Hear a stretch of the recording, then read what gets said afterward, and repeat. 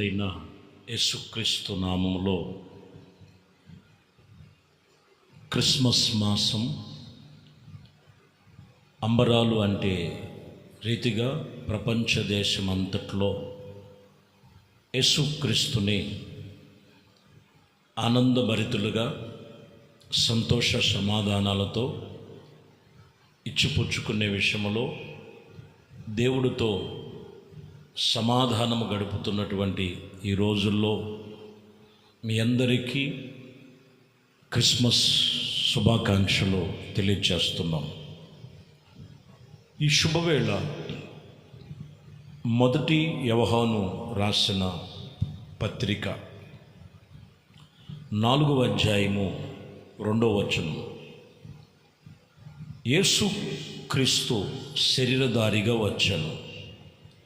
ఏ ఆత్మ ఒప్పుకొనునో అది దేవుని సంబంధమైనది. ఇక్కడ మీరు గమనించాలి, యేసుక్రీస్తును గురించి ఆరాధనలోను పాటల్లోనూ ఒక్కొక్కరు ఒక్కొక్క రీతిగా డిసెంబర్ మాసం అంతా జరుపుకుంటుంటారు. ఇంతకీ కొందరేమో సెమీ క్రిస్మస్, గ్రాండ్ క్రిస్మస్, ఐక్య క్రిస్మస్, ఇలాగా క్రిస్మస్ సెలబ్రేషన్ ఒక్కొక్కరు ఒక్కొక్క రీతిగా కలుసుకొని ఆరాధన చేస్తున్నారు. మంచిది. ఈరోజు ప్రాముఖ్యమైన వాక్యం ఏంటంటే, యేసుక్రీస్తు శరీరధారిగా వచ్చునని ఏ ఆత్మ ఒప్పుకొనునో అది దేవుని సంబంధమైనది. ఏ ఆత్మ ఒప్పుకుంటున్నారు ఈయన దేవుడు, ఈయన ప్రభు అయిన యేసుక్రీస్తు అని ఎవరైతే ఒప్పుకుంటారో వారు ఆత్మ సంబంధమైన వారు. చూడండి, మరొక మాటలో మీరు గమనిస్తే 2వ యోహాను పత్రిక 1వ అధ్యాయము 7వ వచనం. యేసుక్రీస్తు శరీరధారిగా వచ్చునని ఒప్పుకొనని వంచకులు అనేకులు లోకములో బయలుదేరారు. చూసారా? కొందరేమో ఒప్పుకున్నటువంటి అనుభవం కలిగి ఉంటేనే, ఇక్కడ వాక్యం చెప్తున్నటువంటి మాట, వారు దేవుడు సంబంధులు. ఇక్కడ శరీరధారిగా వచ్చనని చెప్పినా కానీ వంచకులు ఇంకా అనేకులు ఒప్పుకోవట్ల. ఆయన మన దేవుడు కాదు, మన దేశం వాడు కాదు, ఈయన ఒక వడ్రంగి కుమారుడు. ఇక్కడ మీరు గమనించాలి, ఇవి కాదు. యేసుక్రీస్తు శరీరధారిగా వచ్చునని, ఆయనే దేవుడని ఎవరైతే ఒప్పుకొనుచున్నారో వాళ్ళు దేవుని వాక్యం చెప్తున్న మాట ఆత్మ సంబంధులు. ఎవరు ఒప్పుకోలేదో వీరేమై ఉన్నారంటే, వాక్యం చెప్తున్న మాటలో ఇది లోకములో లయవంచకులు, వంచకులుగా ఉన్నారని ఎంచబడి ఉన్నది. ఈరోజు దేవుని ఆరాధన చేస్తూ, దేవుని మాటలు వింటూ, దేవుని యొద్దకు ఇదిగో మీరు వెళుతున్నటువంటి మీ జీవితంలో ఈ క్రిస్మస్ నిజ సంతోషము నీ జీవితంలో కలిగి ఉండాలంటే నీవు యేసుక్రీస్తుని రక్షకుడిగా, ఆయన దేవునిగా నీవు అంగీకరిస్తున్నావా? నీవు అంగీకరించినట్లయితే నీవు ఆత్మ సంబంధమై ఉన్నావని వాక్యం చెప్తున్నమాట. ఎందుకంటే మనందరికీ తెలుసు, యోహాను సువార్తలో 1వ అధ్యాయంలో 1వ వచనములో నీవు ఎలా ఒప్పుకోవాలంటే ముందు వాక్యాన్ని ఒప్పుకోవాలంటాడు. అక్కడ 1వ వచనంలో 1వ అధ్యాయంలో 1వ వచనంలో ఆది యందు వాక్యము ఉండెను, వాక్యము దేవుడి యొద్ద ఉండెను, వాక్యమే దేవుడై ఉన్నాడు. ముందు వాక్యాన్ని ఒప్పుకో. వాక్యము నీతో ఏం చెప్తుందో, ఏది సరిచేయమంటుందో, ఏది సరిచేసుకోమంటుందో, ఎలా నడుచుకోవాలో చెప్తుందో వాటి ప్రకారంగా నడుచుకున్నట్లయితే నువ్వు దేవుణ్ణి కనుగొంటావు, ఆయన నువ్వు అంగీకరిస్తావు. 14లో చూడండి, 1వ అధ్యాయం 14లో ఆ వాక్యము శరీరధారి అయి కృపా సత్య సంపూర్ణుడిగా మన మధ్యలో నివసించును. తండ్రి వలన కలిగిన అద్వితీయ కుమారుడు యొక్క మహిమ వలన మనము ఆయన మహిమను కనుగొంటిమి. ఆయన మహిమ మనలో కనుగొనాలంటే ఇక్కడ చెప్తున్న మాట, ఆ వాక్యమే శరీరధారి అయి కృపా సత్య సంపూర్ణుడిగా మన మధ్యలో వచ్చును.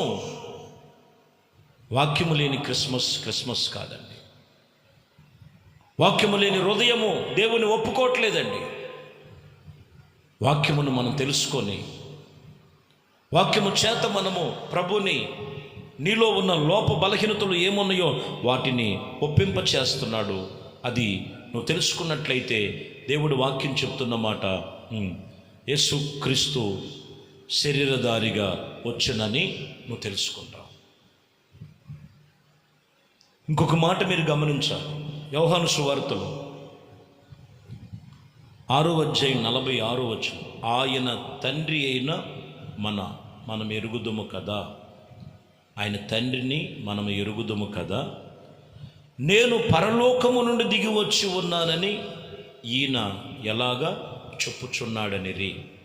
సరే, యేసు ప్రభు వారు సస్యరుడిగా సంచరిస్తున్న సమయంలో ఎన్నో ప్రబోధాలు బోధిస్తూ నేను పరలోకము నుండి దిగి వచ్చి ఉన్నాను. ఈయన ఎలా చెప్తున్నాడ్రా? వాళ్ళ తండ్రి మనకు తెలుసు కదా. అదే ఆ ఏషేబు ఉన్నాడు కదా, ఏషేబు వడ్రంగి వాడైన ఏషేబు వాళ్ళకి కలిగిన వారు కదా. చాలా జాగ్రత్తగా గమనించాలి. మనం ఎరగాలి, ఆయన పుట్టుకను మనం ఎరగాలి, ఆయన ఎలాగ ఈ భూమి మీదకి పంపించున్నాడో అది మనం ఎరగాలి. ఒప్పుకొని వంచకులు బయలుదేరారు. కొందరు అంటున్నారు, ఖచ్చితంగా ప్రభు ఇక్కడ అంటున్నాడు, నేను పరలోకము నుండి దిగి వచ్చి ఉన్నాను అంటున్నాడు. ఈయన ఎలా చెప్తున్నాడని కొంతమంది ఒప్పుకోవట్లేదు. ఈరోజు యేసుక్రీస్తు నువ్వు ఒప్పుకున్నావా? వాక్యమును బట్టి నువ్వు దర్శించావా? వాక్యముతో నువ్వు ఆత్మీయతలు నడుస్తున్నావా? చూడండి, యోహానులు 8:42 యేసు వారితో ఇట్లా నేను, దేవుడు మీ తండ్రిని ఎడల మీరు నన్ను ప్రేమింతురో, నేను దేవుని యొద్ద నుండి బయలుదేరి వచ్చి ఉన్నాను. ఎక్కడి నుంచి వచ్చాడంట? నేను దేవుని యొద్ద నుండి బయలుదేరి వచ్చి ఉన్నాను, నా అంతట నేను ఇదిగో వచ్చి ఉండలేదని ఆయనే నన్ను పంపాను. ఆయనే పంపి ఉన్నారంట. నా అంతట నేను రాలేదు. ఎక్కడి నుంచి వచ్చారంట? తండ్రి యొద్ద నుండి నేను వచ్చాను. ఈరోజు వాక్యము చెప్తున్న మాట, తండ్రి యొద్ద నుండి వచ్చినారు. వాక్యములో రాయబడిన మాటలు, ఇదిగో ప్రభు అయిన యేసుక్రీస్తు శరీరధారిగా వచ్చినప్పుడు ఆయన మానవుడు కాదండి, మానవుడు కాదు. మానవ జీవితాలను పాప బలహీనతలోంచి, శాప బలహీనతలోంచి విడిపించి మరలు కొలిపి పరలోక రాజ్యమునకు చేరుస్తానని ఇదిగో ఆయన క్రీస్తు, పంపబడిన క్రీస్తు అయి ఉన్నారు. తండ్రి యొద్ద నుండి పంపబడి తిని ఆయనే నన్ను పంపి ఉన్నాడు. యోహాను సువార్త 1:11 ఆయన తన స్వకీయుల ఎదుట వచ్చెను, అయినను స్వకీయులు ఆయన్ని అంగీకరించలా. చాలామంది అంగీకరించట్లా, వాక్యం వింటున్నారు, అంగీకరించట్లా. తన సొంత వాళ్ళ దగ్గరికి వస్తే నజరేతులు అంగీకరించట్లా, తన స్వకీయులే ఆయన అంగీకరించట్లా. ఈరోజు నువ్వు దేవుని సన్నిధిలో అంగీకరించావా? ఆయన రక్షణను అంగీకరించావా? మారు మనసును అంగీకరించావా? ప్రభుతో నడిచేటువంటి నువ్వు అంగీకారంతో నీవు ఉన్నావా? ఆయన నీ కొరకు పంపబడిన క్రీస్తు, నీ కొరకు. 12వ అధ్యాయం యోహాను సువార్త 47 మనం చదివితే, ఎవడైనను నా మాట విని వాటిని గైకొని కొండన్నట్లు ఎడల నేను అతనికి తీర్పు తీర్చును. నేను లోకమునకు తీర్పు తీర్చడానికి రాలేదు, కానీ లోకమును రక్షించుటకు వచ్చి తిని. చూసారా, నువ్వు పాపం చేసావు, విస్తారమైన పాపం చేసావు, అదో పాతాళంలో తొక్కివేయటానికి రాలా. వాక్యం ఇక్కడ చెబుతున్నటువంటి సత్యమును మీరు తెలుసుకోవాలి. నేను తీర్పు తీర్చడానికి రాలా, తెలియక నువ్వు చేశావు. తెలియక చేసినటువంటి కొన్ని తప్పిదములు, పాపములు, లోపములు యేసుక్రీస్తు నీ కొరకు కల్వరి శిలువలో రక్తమును కార్చి ఆయన ప్రాణమును పెట్టి సంపూర్ణత చేసినటువంటి ఆయన కాడి కిందకు వచ్చి వారి పాపములు ఒప్పుకోగలిగితే ఎటువంటి పాపినైనా క్షమించగలిగిన వాడు, విమోచన కలుగు చేయగలిగిన వాడు. ఆయన చెప్తున్న మాట అది.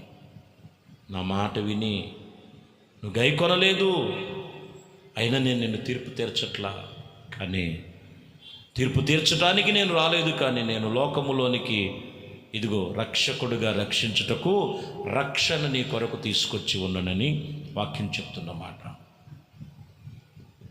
లూకా సువార్త మనం గమనించినటువంటి మాటల్లో, రాయబడిన మాటల్లో, ప్రియమైన దేవుని బిడ్డలారా, మారు మనసు పొందటానికి నేను పాపుల్ని పిలవటి వచ్చి తిని, కానీ నీతిమంతుల కొరకు నేను రాలేదు. కాబట్టి ఈరోజు వాక్యం వింటున్న నీవు, యేసుక్రీస్తు శరీరధారిగా వచ్చెను. ఎందుకు వచ్చి ఉన్నారంటే నువ్వు యేసుక్రీస్తుని రక్షకుడిగా ఒప్పుకోవాలి. 2, యేసుక్రీస్తు ఎందుకు వచ్చి ఉన్నారు అనేది మీరు గమనించినట్లయితే, ఆయన నన్ను పంపి ఉన్నారు. దేనికి అనేదంటే, ఇదిగో నీవు నీ కుటుంబము రక్షించబడటానికి, నీవు నీ కుటుంబము మారు మనసు పొందటానికి, నీవు నీ కుటుంబము యేసుక్రీస్తులో ఆ రక్షణ పొందుకొని ఉండటానికి. యేసుక్రీస్తు శరీరధారిగా వచ్చెను. తండ్రి పంపెను. రక్షకుడిగా వచ్చెను. పాపము నుంచి విమోచించుటకు ఆయన వచ్చెను. ఈరోజు వాక్యం వింటున్న నీ జీవితం నిజ సంతోషం ఎక్కడుందంటే, నీలో ఉన్న ఆ లోపాలు వాటిని విడిచిపెట్టి ఆయన్ని రక్షకుడిగా, విమోచకుడిగా నువ్వు అంగీకరించు. నీ జీవితం ఒక నూతన ధనముగా ఈ క్షణంలో మారుతుంది. దేవుడు నిన్ను, ఎవరైతే నువ్వు అంగీకరిస్తారో, అంగీకరించలేని వారు వంచకులు ఉన్నారు, వారిని వీరిని కాదు, నువ్వు వాక్యమును బట్టి అంగీకరించు. ఆ వాక్యమే దేవుడై ఉన్నారు. ఆ వాక్యమును బట్టి నీవు అన్ని విషయములో పట్టబడి నువ్వు ఆయన కన్నులారా రక్షణను చూస్తావు. దేవుడు మీకు కార్యములలో ప్రతిఫలం ఇచ్చునుగాక. ప్రార్థన. పరిశుద్ధుడా, ప్రేమ కలిగిన తండ్రి, దయగలిగిన మా ప్రభువా, విశేషమైన పరిశుద్ధ నామమునకై స్తోత్రాలు. క్రీస్తు శరీరధారిగా వచ్చనని ఎందరో ఒప్పుకుంటారో వారు దేవుని ఆత్మ సంబంధులని, వారిలో రక్షణ ఉంటుందని, వారిలో వెలుగు ఉంటుందని, వారిలో పాపము నుంచి విడిపించబడతారని అనేక సంగతులు చెప్పారు. ప్రభువా, ఈ వాక్యమిని వృధాగా పోనివ్వక ప్రతి హృదయము ఒప్పుకునే ఒప్పికలు వారి హృదయంలో కలుగు చేసి, మీ కార్యముల చేత పరిశుద్ధపరిచి ఈ రాజ్య వారసులుగా చేర్చుకున్నామని, ఘనత, మహిమ, ప్రభావాలు మీకే పొందుకోమని యేసుక్రీస్తు నామములో ప్రార్థించి వేడుకొనుచున్నాము తండ్రి. ఆమేన్.